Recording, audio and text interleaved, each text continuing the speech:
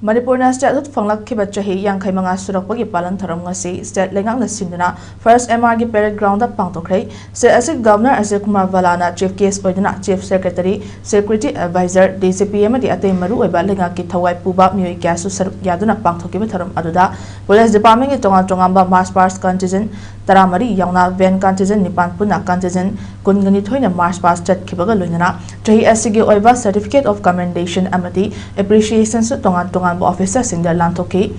tharam aduga mari leina governor Ajay Kumar Valana haikibada as ngasigi ashigumlaba tharam asina lamdam asigi miyamna ngalingai matamda ama toina hotna khiba thabak kayabo ningsinghali amadi Indian Union gi manungda asumna mapung fana state phangba haibisi democratic oiba wakhalonda masana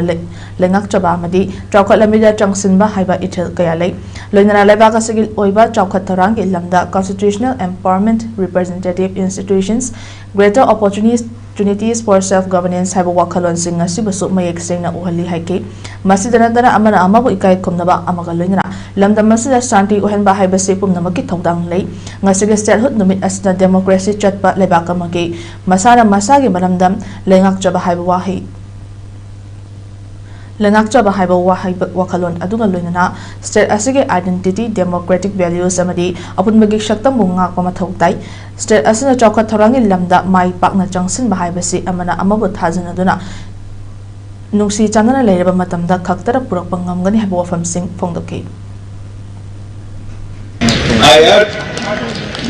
our young citizens to harness their energy,